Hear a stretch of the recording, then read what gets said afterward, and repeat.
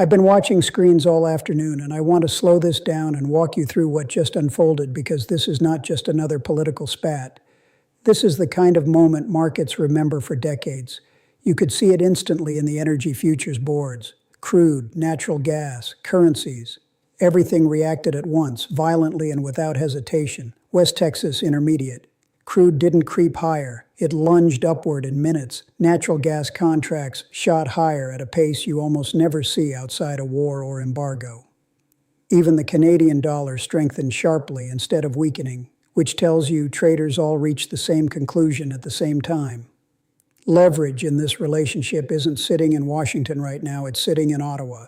The meeting itself was supposed to be routine diplomacy. A handshake, cameras, a carefully worded statement about cooperation, and a memorandum setting the framework for the largest North American energy infrastructure partnership ever attempted. The numbers attached to it were enormous, hundreds of billions over more than a decade.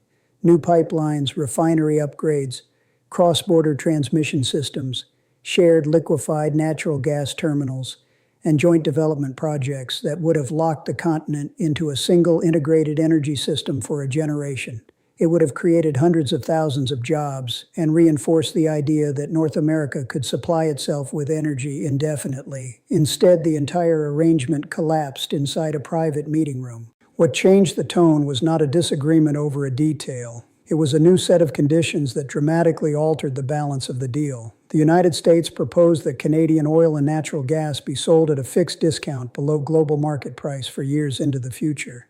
It also sought oversight authority over where Canada could export energy beyond the United States, and included a provision that would allow the U.S. to assume control over cross-border infrastructure during a declared emergency. That is not a minor negotiating adjustment. That is a structural shift in sovereignty and control. The reaction was immediate. The proposal was rejected outright, and Canada withdrew from the planned agreement. Within minutes of the meeting ending, the message was clear. Existing supply contracts would be honored, but all future expansion projects aimed at increasing exports to the United States were halted. Instead, Canada signaled it would pursue new partnerships overseas. That single policy decision explains why energy traders reacted the way they did.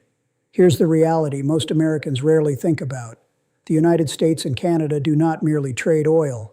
They operate an integrated energy ecosystem. The U.S. imports millions of barrels of crude from Canada daily. Refineries in the Midwest and Gulf Coast are designed specifically to process Canadian heavy crude. Northeastern states rely overwhelmingly on Canadian natural gas during winter months. There are nuclear facilities in the U.S. powered by uranium mined in Canada. This is not optional trade. It is foundational supply. The pipelines moving oil from Alberta to American refineries already run close to full capacity. If expansion projects freeze, supply growth stops immediately. Demand, however, does not stop. Population rises, consumption grows, and electricity generation continues to shift toward gas-fired plants. When demand increases but supply cannot expand, prices don't rise slowly. They jump. The Northeast is especially vulnerable. Winter heating depends heavily on natural gas imported from Canada.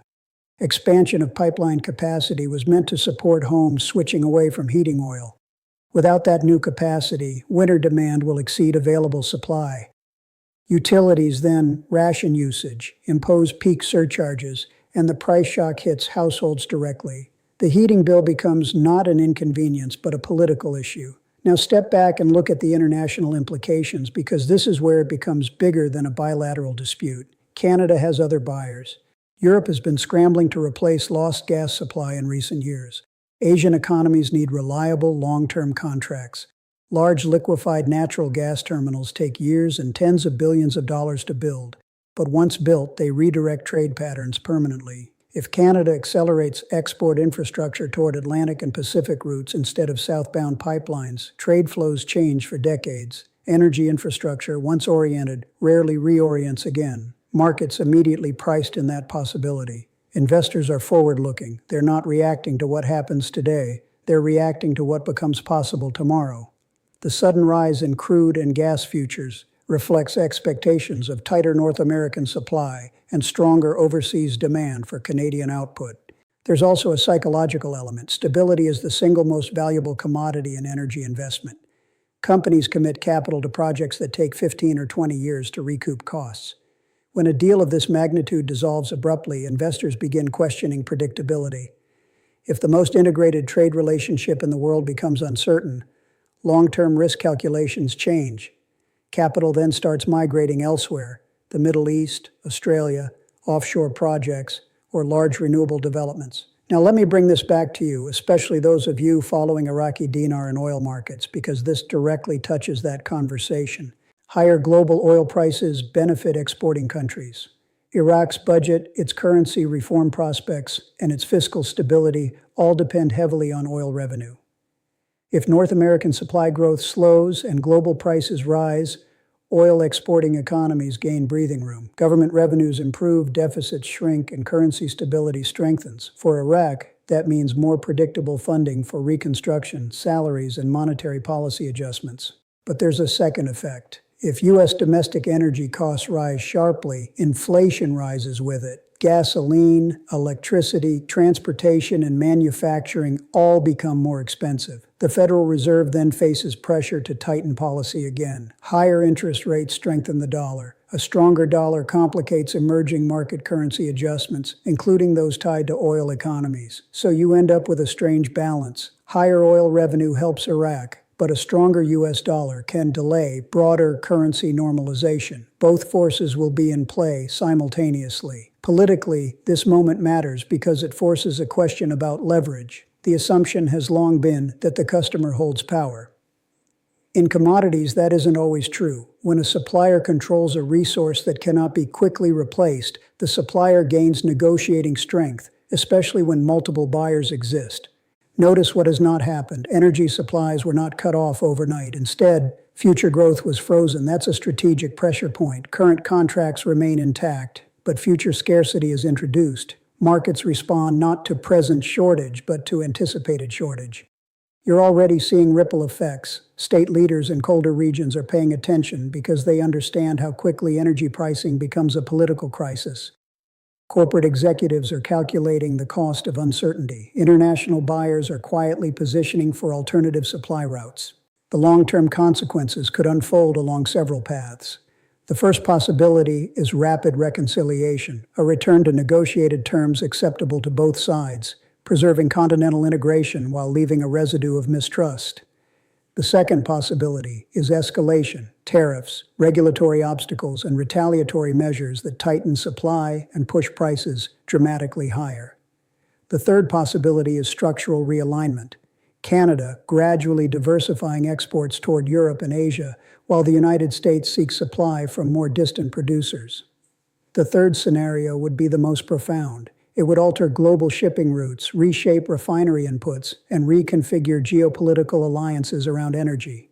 Here's why this matters beyond politics. Energy is not just another commodity. It underpins every economic activity. Transportation, agriculture, manufacturing, electricity, housing, all depend on it.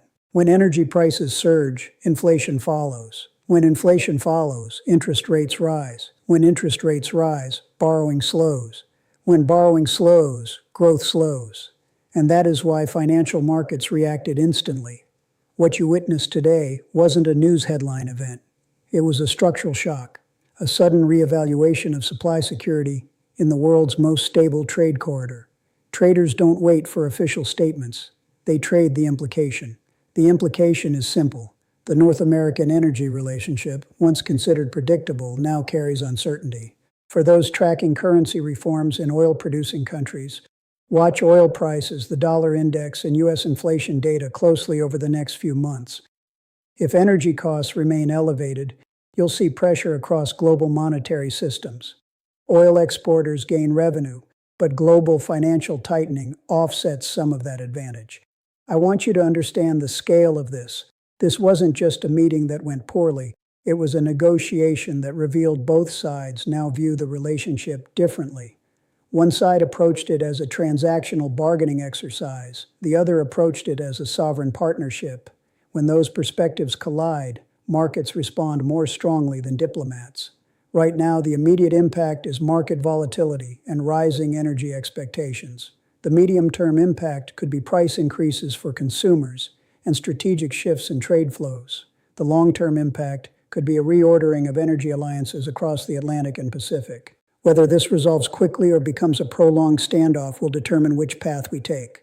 But one thing is already certain. Energy, currency stability, and geopolitics just became tightly connected again in a way we haven't seen in many years. And for anyone watching oil-dependent economies or the future of currencies tied to petroleum revenue, this development just moved to the top of the list of things to monitor.